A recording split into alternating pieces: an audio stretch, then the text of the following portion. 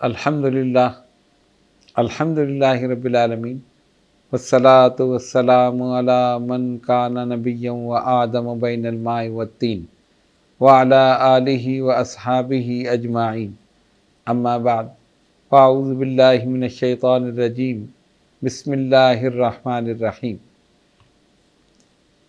تراویح ایک ایسی عبادت ہے جو صرف رمضان المبارک کے مہینے میں کی جاتی ہے اور رمضان کی راتوں میں باقاعدہ اس کی جماعت کا اہتمام کیا جاتا ہے، اور نبی پاک علیہ الصلوۃ والسلام سے اس کا ثبوت ہمیں ملتا ہے۔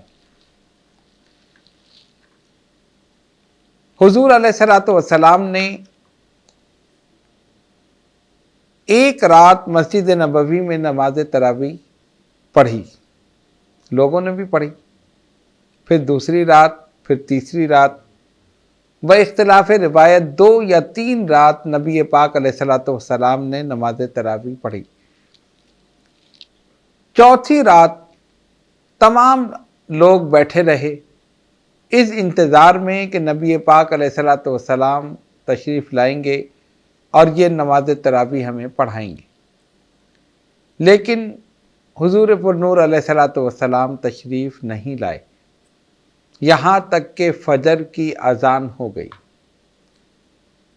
حضور پر نور علیہ الصلوۃ والسلام تشریف لائے، نماز فجر کی امامت فرمائی، اور اس کے بعد لوگوں کو خطاب فرمایا تمہاری رات کی حالت مجھ سے پوشیدہ نہیں تھی، میں دیکھ رہا تھا کہ جس ذوق اور شوق کے ساتھ تم نماز تراویح پڑھنے کے لیے آئے ہو، تو کہیں ایسا نہ ہو کہ اس ذوق اور شوق کو دیکھ کر اللہ تبارک و تعالی تم پر یہ فرض قرار دے دے۔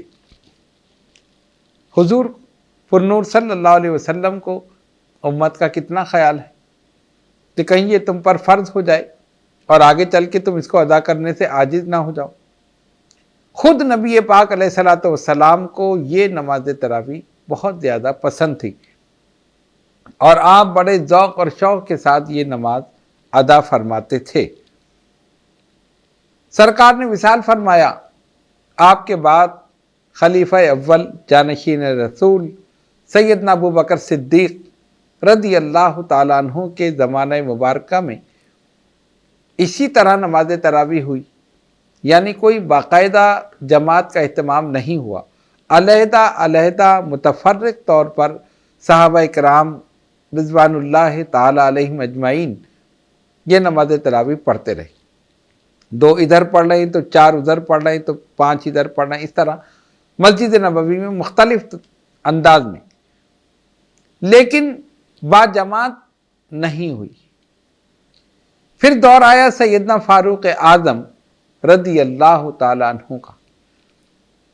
آپ کا دور تجدیدی دور تھا، اور سیدنا فاروق اعظم رضی اللہ تعالی عنہ نے ہر اس حکم پر لوگوں سے سختی کے ساتھ عمل کرایا جو نبی پاک علیہ الصلوۃ والسلام سے ثابت تھا، یا جس عمل کو حضور پر نور علیہ الصلوۃ والسلام نے پسند فرمایا۔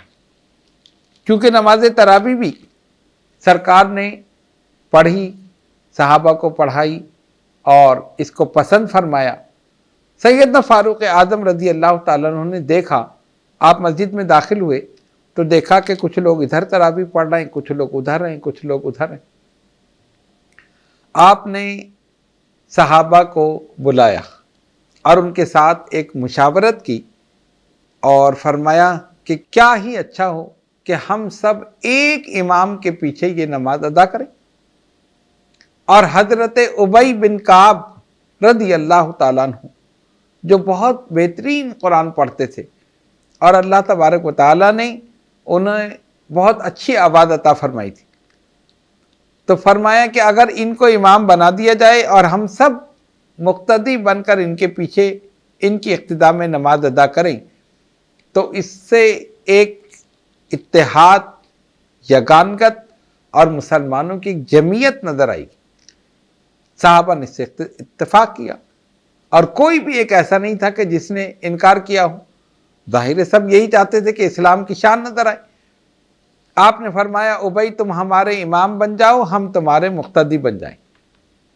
حضرت ابی بن کعب رضی اللہ تعالیٰ عنہ امام بن گئے، قاری قرآن تھے، حافظ قرآن تھے، تمام صحابہ جو تھے ان کے مقتدی بن گئے۔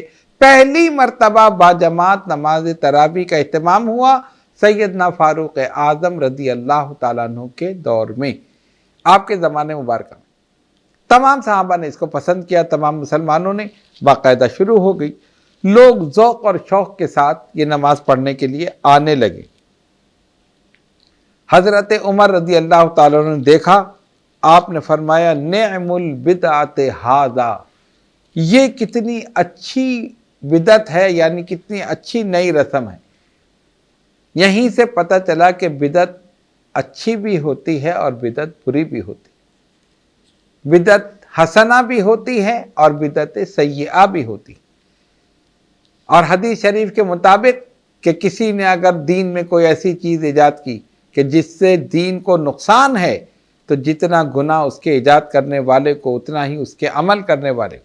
اور کسی نے دین میں کوئی ایسی چیز ایجاد کی جو دین کے لیے معاون ہو، مددگار ہو، اس کی تشہیر کا سبب ہو، تو جتنا ثواب اس پر عمل کرنے والے کو اتنا ہی اس کے جاری کرنے والے کو۔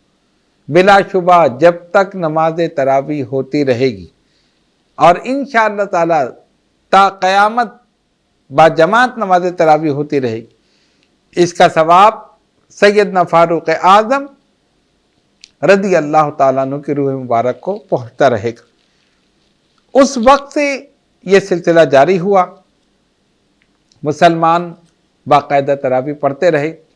سیدنا عثمان غنی رضی اللہ تعالیٰ عنہ کا دور آیا، سلسلہ جاری رہا، ان کی شہادت ہوئی۔ حضرت علی شیر خدا رضی اللہ تعالیٰ عنہ کا دور آیا۔ روایت میں آتا ہے کہ آپ مدینہ طیبہ کی گلیوں سے گزر رہے تھے، مسجد سے قرآن پڑھنے کی آواز آ رہی تھی۔ آپ نے دیکھا لوگ باجماعت ایک امام کے پیچھے تراویح پڑھ رہے ہیں۔ آپ کی آنکھوں سے آنسو جاری ہوئے۔ مولا کائنات نے اپنے دست مبارک اٹھائے اور فرمایا اللہم نور قبر عمر کما نور مساجد اللہ بالقرآن، اے اللہ عمر کی قبر کو اپنے نور سے روشن کر دے جس نے تیری مسجدوں کو قرآن سے روشن کر دیا۔ سبحان اللہ، یہ دعا تھی حضرت علی شیر خدا رضی اللہ تعالیٰ عنہ کی حضرت عمر رضی اللہ تعالیٰ عنہ کے حق میں۔ انشاءاللہ جب تک نماز تراویح ہوگی اور قیامت تک ہوگی، قیامت تک اس کا ثواب سیدنا فاروق اعظم رضی اللہ تعالیٰ عنہ کو پہنچتا رہے گا۔ تراویح رمضان کی زینت ہے، تراویح رمضان کی شان ہے، تراویح رمضان کی پہچان ہے۔ اگر تراویح کو رمضان سے ہٹا دیا جائے تو آپ دیکھیں کہ کیا چیز باقی بچے گی۔ سب سے پہلے جو عمل چاند دیکھنے کے بعد ہوتا ہے وہ نماز تراویح ہے۔ جگہ جگہ قرآن پڑھا جا رہا ہے، مسجدوں میں، مدرسوں میں، خانقاہوں میں، ہالوں میں، شادی ہالوں میں، پارکوں میں، باغوں میں، کہاں کہاں پر لوگ حفاظ کرام تراویح میں قرآن کریم سنا رہے ہیں۔ اور اگر یہ باقاعدہ اہتمام نہ ہوتا تو ہم سمجھتے ہیں کہ پھر تو کوئی حافظ قرآن بھی نہ ہوتا، کہ لوگ اسی لیے حفظ کرتے ہیں کہ جب سال میں رمضان المبارک کا مہینہ آئے گا تو ہم اس میں قرآن کریم سنائیں گے۔ اسی لیے لوگ اپنے بچوں کو حافظ قرآن بناتے ہیں، اور قرآن کریم باقاعدہ شبینوں میں پڑھا جاتا ہے، تراویح میں پڑھا جاتا ہے، حفاظ سناتے ہیں۔ اور ایک اور بات آپ نے غور کی ہوگی، جو اس فقیر نے غور کی اور یقیناً آپ کے مشاہدے میں ہوگی، اللہ تبارک و تعالیٰ کا کرم دیکھیے، اس کی شان، کہ عام طور پر اگر آپ کسی محلے میں جا کر پوچھیں کہ اس محلے میں کوئی حافظ قرآن ہے تو 1 یا 2 آپ کو ملیں گے، یا ہو سکتا ہے کہ کہیں ملے ہی نہ، کسی پورے علاقے میں کوئی حافظ نہ ہو۔ تو اگر رمضان کے علاوہ دیکھیں تو حافظ نہیں ملتے، اور رمضان میں دیکھیں تو حافظوں کو سنانے کے لیے مسجدیں نہیں ملتی۔ مسجد کی پہلی منزل میں بھی تراویح ہو رہی ہے، دوسری میں بھی ہو رہی ہے، تیسری میں بھی ہو رہی ہے، اسی طرح کوئی مدرسے میں سنا رہا ہے، کوئی شادی ہال میں سنا رہا ہے، لوگ اپنے گھروں کی چھتوں پر سنا رہے ہیں، اپنے گھروں کے بڑے ہال میں سنا رہے ہیں، کوئی ڈرائنگ روم میں سنا رہا ہے، کوئی پارک میں سنا رہا ہے شامیانہ لگا کر۔ مختلف طور پر ہر جگہ سے قرآن پڑھنے کی آواز آ رہی ہے، گویا یہ قرآن کا مہینہ ہے، اسی مہینے میں قرآن نازل ہوا اور ہر طرف قرآن ہی قرآن پڑھا جا رہا۔ اور یاد رکھیے، جہاں اللہ کا کلام پڑھا جاتا ہے اللہ کی رحمتیں برکتیں نازل ہوتی ہیں، فرشتے رحمتیں برکتیں لے کر نازل ہوتے ہیں، ہر کوئی اپنے انداز میں پڑھ رہا ہے۔ تو آج اگر ہم بچے ہوئے ہیں اللہ کے غضب سے تو شاید اسی وجہ سے کہ رمضان المبارک کا مہینہ آتا ہے، کثرت کے ساتھ لوگ قرآن مجید فرقان حمید کی تلاوت کرتے ہیں، خود بھی کرتے ہیں، حفاظ بھی پڑھتے ہیں، ان کے پیچھے لوگ سنتے بھی ہیں، سناتے بھی ہیں۔ یہ سلسلہ چل رہا ہے اور انشاءاللہ تعالی قیامت تک جاری رہے گا۔ ہمیں چاہیے کہ جب اس نماز تراویح کو ہمارے آقا و مولا صلی اللہ علیہ وسلم نے پسند فرمایا تو ہمیں چاہیے کہ ہم بھی اس کا باقاعدہ اہتمام کریں اور کوشش کریں کہ پورے رمضان تراویح پڑھیں۔ اکثر لوگ یہ کرتے ہیں کہ ابتدائی رمضان میں بڑے ذوق اور شوق کے ساتھ تراویح پڑھنے کے لیے جاتے ہیں، لیکن اس کے بعد آہستہ آہستہ کمی ہوتی جاتی ہے اور پھر یا تو ختم پہ جاتے ہیں یا پھر چھوڑ دیتے ہیں۔ تو ایسا نہیں کرنا چاہیے، ہمیں کوشش کرنی چاہیے کہ ابتدا سے انتہا تک، یعنی شروع رمضان سے آخر تک باقاعدہ اس کا اہتمام کریں۔ فضیلتیں برکتیں جو اس کے متعلق ہیں، احادیث میں اس کی جو فضیلت آئی ہے، ان تمام سے اپنے آپ کو مستفید کرنے کی کوشش کریں اور یہ سوچیں کہ اللہ تبارک و تعالی نے اتنا مبارک اور مقدس مہینہ ہمیں عطا فرمایا ہے، اگر یہ تمام چیزیں ہونے کے باوجود بھی ہم اس کا اہتمام نہ کر سکیں تو ہم سے زیادہ بد نصیب اور کون ہو سکتا ہے۔ پیغام یہی ہے کہ تمام مسلمان باقاعدہ تراویح کی جماعت میں شریک ہوں، اس کا اہتمام کریں اور کوشش کریں کہ پورے رمضان تراویح پڑھیں۔ جب آپ نیت کر لیں گے اللہ تبارک و تعالیٰ کی مدد شامل حال ہوگی اور انشاءاللہ تعالیٰ آپ پورے رمضان تراویح کی جماعت کر سکیں گے، اگر حافظ ہیں تو خود بھی کرا سکیں گے۔ اللہ تبارک و تعالیٰ ہم سب کو عمل کی توفیق عطا فرمائیں اور اس ماہ مبارک کے پورے فیض و برکات سے مستفید ہونے کی توفیق عطا فرمائے۔